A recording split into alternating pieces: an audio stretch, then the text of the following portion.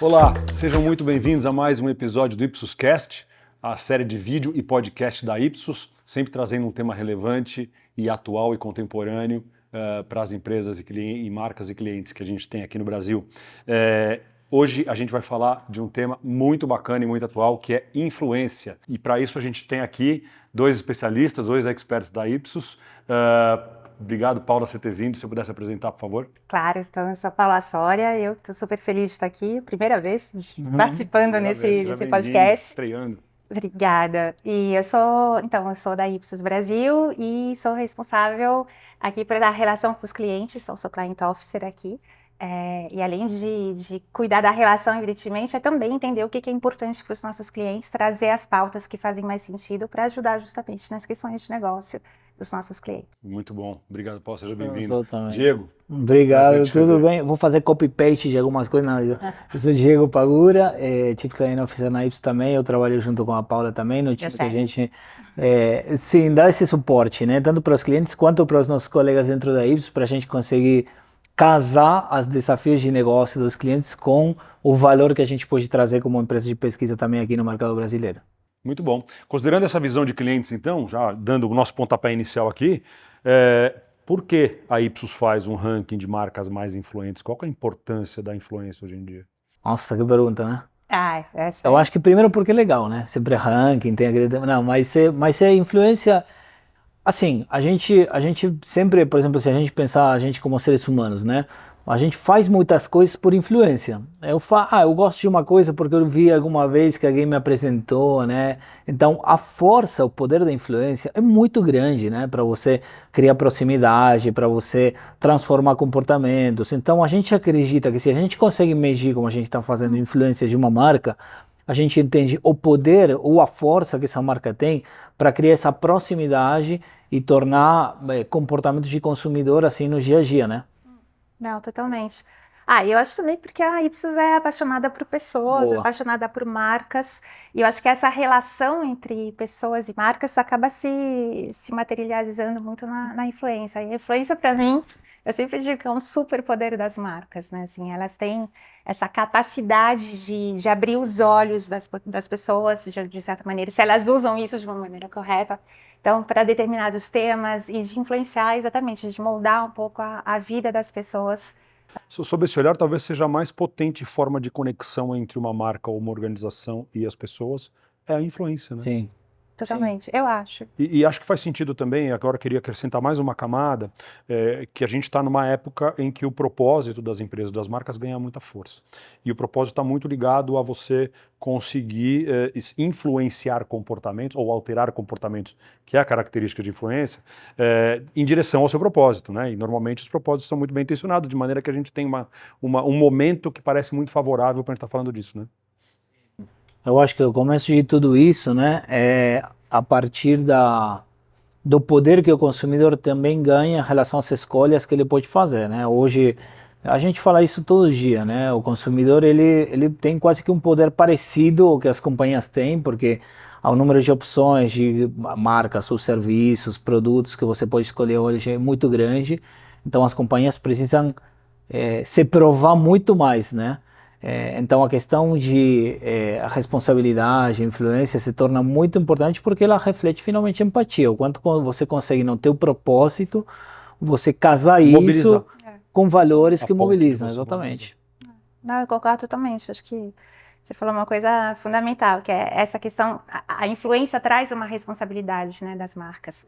E eu acho que isso não tem como fugir disso, assim. Acho que é uma vez, né, exercendo esse poder, acaba tendo uma contrapartida que é muito importante também.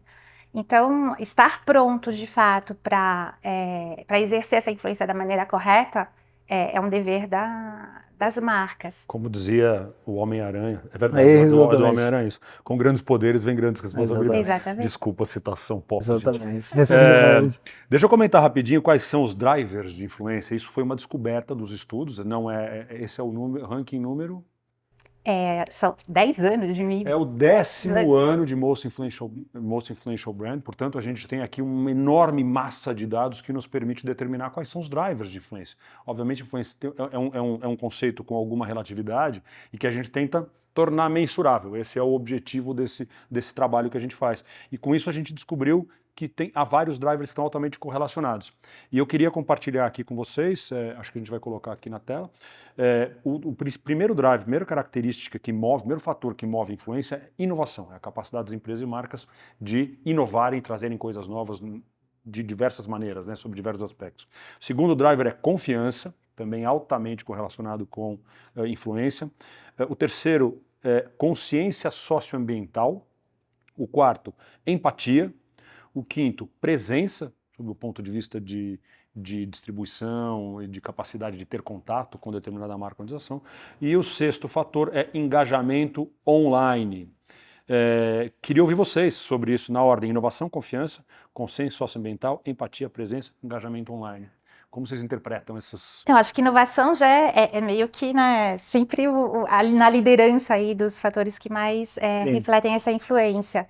E eu acho que ainda mais no ano passado, e inclusive acho que teve um crescimento de fato desse driver, o que é sensacional é que foi muito caminho, e foi uma coisa que a gente discutiu muito com todos os nossos clientes, que era um caminho para aquela época super complicada que a gente teve de pós-pandemia, crise econômica, inflação desenfreada, e a inovação se tornando realmente ainda mais forte nessa compreensão da necessidade dos consumidores, das pessoas, né? Sim, eu acho que é interessante assim, o olhar histórico também, que a gente tem esses 10 anos consecutivos, permite a gente ver como a influência, ou o que constrói a influência muda também. Por exemplo, inclusive se você pensasse em estratégias mais antigas ou mais clássicas de crescimento do negócio, a questão de presença, né? Eu garantir um espaço numa gôndola privilegiado e tudo isso, era praticamente suficiente como para você conquistar. Estatura era igual Exatamente. a sucesso, né? Agora, hoje não é, ou seja, não que isso não seja importante, isso continua sendo importante, só que se você não se faz relevante, aí eu volto nos 3 primeiros, é como a gente se torna preferido, né? Então a gente tem essa questão de inovação, que é a gente entender as tendências, como as pessoas estão mudando, ocasiões, socialização, muitas coisas. A questão da confiança, que tem a ver com empatia, como a gente falava, e o quanto você é autêntico, né, também. E o terceiro ponto que a gente falava, a responsabilidade social, que obviamente hoje é um assunto muito mais amplo também, mas a agenda ESG também tomando grande parte dos esforços dos negócios. Ah, com certeza. E toda essa parte da confiança também, com esse segundo, né, grande fator aí correlacionado com a influência, tem toda a questão da transparência também, da ética envolvida com isso, enfim, e que as pessoas, né, esperam e reconhecem nas marcas. E eu acho que isso está muito em linha com o que a gente acredita muito em termos de sucesso de marca, né? O sucesso de uma marca, ele acaba sendo muito pautado na compreensão das expectativas das pessoas, né, da compreensão realmente daquilo que é importante. Essas expectativas são super líquidas quando a gente vive nesse contexto. Sim. Que é absolutamente mutante, e esse contexto justamente mutante é um segundo fator muito importante, entender esse contexto, integrar esse contexto na sua narrativa. E por fim, eu acho que a empatia, isso está bem dentro do nosso frame de trabalho, quando a gente trabalha com sucesso de marca mesmo. Então esses 3, a expectativa da pessoa, o contexto em que ela vive e a empatia que a marca consegue criar com a pessoa, é isso que vai definir de fato o sucesso, e não mais somente, né, a presença. Isso é muito novo, né? Quer dizer, antes a gente olhava essas coisas que vocês estão se referindo à presença, através de comunicação, por exemplo, você conseguia presença, através de uma distribuição forte. E eram as medidas tradicionais, a gente avaliava uma marca com base meramente nesses atributos. E hoje o que a gente está vendo é que tem aí esses fatores que vocês estão trazendo, trazem uma influência muito diferente e muito nova. E que a gente e os nossos clientes têm que aprender a lidar com ela, né? Como, por exemplo, o contexto. O contexto hoje tem como as pessoas estão vivendo, tem uma influência na relevância da marca monstruosa, né? Eu acho que é interessante, por exemplo, a grande pergunta, né? Você pode fazer, essa marca é boa ou ruim? Ou quão boa é essa marca? Claro que tem métricas e tem maneiras de você fazer uma mensuração disso de maneira geral, né? Mas quando você começa a esmiuçar, aí você fala, depende. Depende do que as pessoas estão esperando para esse tipo de produto naquela ocasião, para aquela categoria. Depende do contexto que a gente esteja vivenciando hoje socialmente ou mundialmente, sei lá, inflação, não inflação, restrições, como a gente passou no meio da pandemia. Depende do quanto essa marca consegue se conectar com as diferentes tribos que existem hoje. Ou seja, a avaliação mera da marca do seu produto, Sim. organoléptico ou do seu serviço, ele explica cada vez menos do sucesso e das escolhas das pessoas. Não, eu vou te falar uma coisa, que, por exemplo, a gente vê muito, né, com os nossos clientes também e tudo, né? Às vezes você pode ver que, no geral, você tem uma marca muito forte, né? Marcas icônicas, não vou citar nenhuma aqui porque não vem ao caso, né? Mas uma marca muito consolidada no mercado e marcas icônicas. Agora, quando você começa a fatiar, por exemplo, por alguns segmentos de mercado, população mais jovem, ou pessoas preocupadas com algumas coisas, não sei, socioambientais específicas, essa força de marca às vezes muda. O que é o contexto? É a expectativa. Então, cada vez mais, o que bom é que a gente tem como olhar, mas cada vez mais você tem que tentar fatiar a tua expectativa de marca em diferentes lugares para você conseguir, como a Paulinha também estava falando, criar essa empatia, essa conexão Totalmente. em todos os níveis. Inclusive na integração do contexto, né? Porque o contexto a gente pode dividir em duas grandes áreas. Tem o contexto macro, que vai ser realmente aquilo que é do país, enfim, toda a parte cultural, dos valores, etc. Mas você também tem um contexto que é micro, que é da experiência pessoal, da ocasião em que você consome determinados produtos, marcas, etc. Aquilo que faz com quem você escolhe uma marca, em que momento do seu dia, como é que você está, que é uma coisa muito individual mesmo. E é essa conexão que tem que existir. Perfeito. Já falando especificamente de conexão, que é um dos 3 componentes que a Paula estava contando nesse novo frame de avaliação de marca. Eu acho que o contexto afeta 4 desses 6 principais drivers de influência. A gente começou aqui falando de influência e está falando de administração de marca, né, de sucesso de marca. Ele afeta claramente empatia, claramente consenso socioambiental, confiança e inovação. Né? Inovação hoje eu acho que tem um caráter também de atualizar o seu produto, o seu serviço, sua marca, ao que as pessoas estão enfrentando. Né? Ele adquire não só, estou trazendo um sabor novo, mas ele adquire um lado de adaptação ao... Então você falou de contexto. É expectativa. Expectativa, vamos falar um pouquinho de expectativa? Falar de expectativa. Expectativa pode ser uma expectativa, enfim, é realmente em todos os sentidos, ou seja, eu tenho expectativas que são sociais, que são emocionais, que são funcionais, que são sensoriais. Isso realmente, assim, na verdade não dá pra gente só atender uma parte das expectativas, né? Quando eu consumo um produto, quando eu escolho uma marca, eu estou completamente imbuída das outras expectativas também. E essas expectativas, elas se alteram, elas são, a gente fala muito, né, em CX de expectativas líquidas. E isso é fato, porque as expectativas vão se mudando também de acordo com o contexto. Aquilo que eu consumo hoje, o que eu quero consumir, o que eu preciso, aquilo que eu espero de marcas, é totalmente diferente hoje, fevereiro de 2022, do que era 2023. Durante a pandemia. Obrigada. Passar rápido. Tão rápido um ano, né? Não, mas tá claro, quer dizer, a mudança... Exatamente. Então, assim, durante a pandemia eu esperava outras coisas das marcas, eu esperava outras coisas, os pontos de venda. Certo. Assim, e hoje é completamente diferente. Sim, eu acho que a questão de expectativa e contexto, né, mais expectativa, ela muda muito na gestão do negócio, né, ou na gestão da marca. Quando a gente começa a pensar em expectativa, é aquele exercício, é o começo do exercício de empatia que a gente faz, né? Porque não é um produto porque a gente acredita, um serviço porque a gente acredita que vai fazer sucesso, ou porque é bom, ou porque é ótimo, senão é porque tem uma expectativa por trás que você está querendo preencher. Então, esse entendimento de expectativa começa a ser fundamental. Muito bom. E é muito ligado também com um dos sinais dos tempos que a gente vive, que é a necessidade das empresas se adaptarem como agente social. Obviamente, o exemplo mais óbvio é a ESG como protagonista dentro das estratégias das empresas, e há a expectativa. Olha, eu parto hoje, acho que é uma expectativa já maciçamente difundida em um país como o Brasil, surpreendentemente, mas há a expectativa de que sejam agentes sociais corretos, por exemplo. Então, atender também esse tipo de expectativa tem um papel aí em traduzir as empresas e torná-las mais influentes.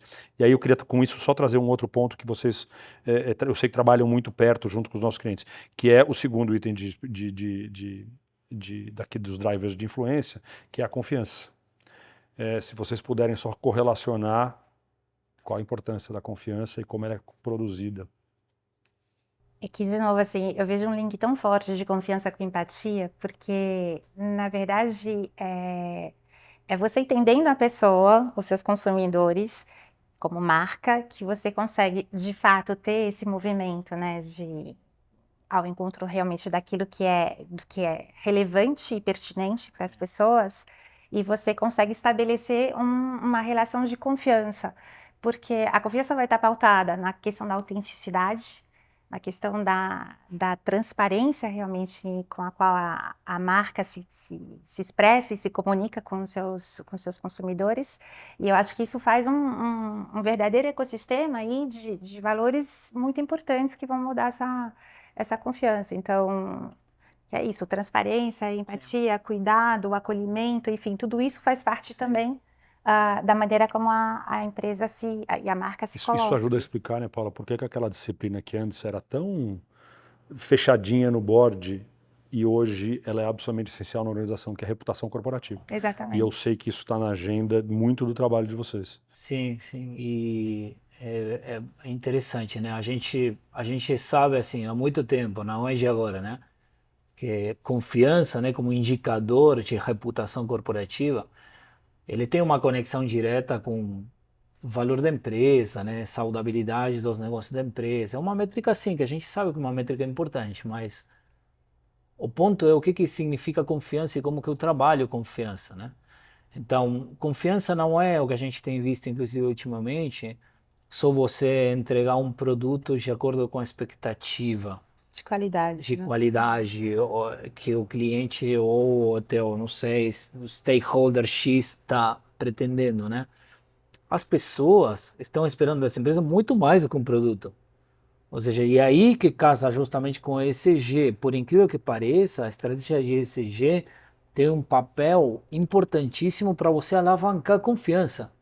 Eu acho que nesse ponto, sim, realmente a gente tem que talvez parar de tratar ESG só como uma questão ambiental e social e também trazer o pilar do G que tem a ver com a governança. Então, são três coisas que eu acredito que podem trazer muitos assim benefícios, né, resultados em termos de confiança e proximidade, simpatia das empresas com as pessoas. E aí eu vou fazer uma provocação, porque assim, não sei se pode dar um teaser aqui, não vou dar nenhum spoiler mesmo, mas enfim, mas assim, é o 4º ano hoje, né, o ranking que a gente vai divulgar logo, em que a gente tem no top 5 somente empresas de tecnologia. E aí, toda essa questão de ESG fica ainda mais interessante, né? Porque são empresas que de fato influenciam, de fato promovem essa confiança junto ao consumidor e têm a sua responsabilidade nesses 3 pilares de ESG. Então, tanto no ambiental, como no social, como na parte mesmo de governança mesmo, possibilitando, né, que o social e o ambiental sejam atingidos. Então, acho que aqui é muito legal, porque é uma conversa muito atual, uma discussão que tá rolando no mundo inteiro, de como é que essas empresas de tecnologia, de fato, né, assim, atuam nesses 2 grandes pilares, social e ambiental. E que bom que é assim, né? Que bom que elas sofram esse escrutínio, porque exatamente. a gente está vendo que elas têm poderes enormes através dessa influência que a gente está... Já que a Paula deu um spoiler, eu vou trazer outro também aqui. Eu queria contar para vocês os 3 desses 6 drivers de influência, 3 subiram nesse ano. E eu queria compartilhar quais são aqui. Lembrem-se, dia 12 a gente revela mais, dia 12 de abril.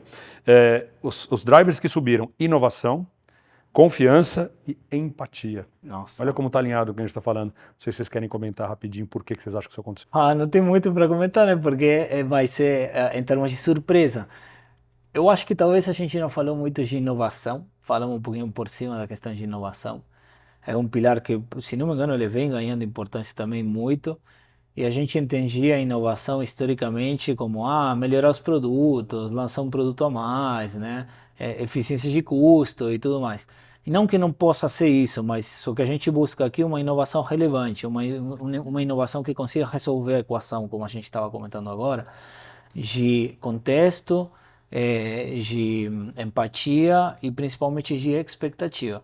Então, por isso que eu acredito que inovação, ou seja, os pilares se movimentam na medida em que as empresas trabalham essas coisas e geram a influência. Então, acredito, inclusive, que a gente esteja num momento muito diferente de inovação nas empresas, onde o processo de inovação hoje é tratado de uma forma muito diferente do que era tratado, não sei, 10 anos atrás. Inclusive com essa responsabilidade, né, de trazer inovações que sejam realmente adequadas ao contexto que as Sim. pessoas estão vivendo. Então, acho que isso é muito legal. A gente acompanhou os nossos clientes em toda a parte de otimização de portfólio, de entendimento realmente de oferta, daquilo que é relevante, daquilo que é mais importante nesse momento, que seja na área de nutrição, na beleza, enfim, a gente foi muito, muito perto dos clientes nesse sentido. E de fato, acho que tem essa consciência nas grandes lideranças, né, das empresas de trazer realmente alguma coisa que seja de inovação, mas que seja uma inovação que realmente vá trazer um futuro e um presente mais interessante para Tanto as é pessoas. que o segundo driver, que é o segundo que também cresceu, é confiança. Confiança. Que está extremamente ligado com o quão pertinente é, o quanto atual é a inovação, mas está ligado à confiança. Quer dizer, o quanto eu confio cresce como importância na marca. Sim. Cá entre nós, assim, é muito rico essa informação, e eu estou olhando ela aqui pela primeira vez, mas é muito bom ver como está tudo muito conectado em que a gente vem já falando para os nossos clientes. E confiança é o grande indicador que a gente acompanha em estudos de reputação. Exatamente. Então, assim, é realmente aquilo que se explica por tantos outros Mas para a fatores. reputação, não para o tradicional estudo de marca Exato. necessariamente. Olha como é uma mudança. Exatamente. E, inclusive, tem sido uma bandeira que eu tenho levado em muitas das conversas que eu tenho com os clientes, de trazer esse indicador para dentro de tracking de marca, enfim, de acompanhar a confiança de fato, porque ela é alguma coisa que traz além, né, da pura imagem que a gente tem de uma marca. Acho que a confiança é absolutamente poderosa aí como indicador. E o último que eu falei, eu já citei isso, empatia, a gente já comentou, quer dizer, incrível, incrível, tá super alinhado. Gente, acabou o nosso tempo. Nossa, Pois é. Mas foi uma aula que vocês deram aqui sobre como tratar uma marca hoje em dia, como avaliar e quais são as alavancas que podem trazer cada vez mais valor nos dias de hoje. E não são os mesmos gatilhos que eram antes. Essa é, acho que, a beleza desse momento que a gente está. Obrigado, Paulo, obrigado, Diego, uma aula prazer. aqui. E no dia 12 de abril, não esqueçam, a gente lança oficialmente o ranking Most Influential Brands e eu garanto para vocês, tem muito mais surpresa aqui nesse lançamento e está muito ligado a como a gente deve hoje tratar mercadologicamente as nossas atividades, as atividades das empresas e das marcas. Obrigado, até o próximo episódio.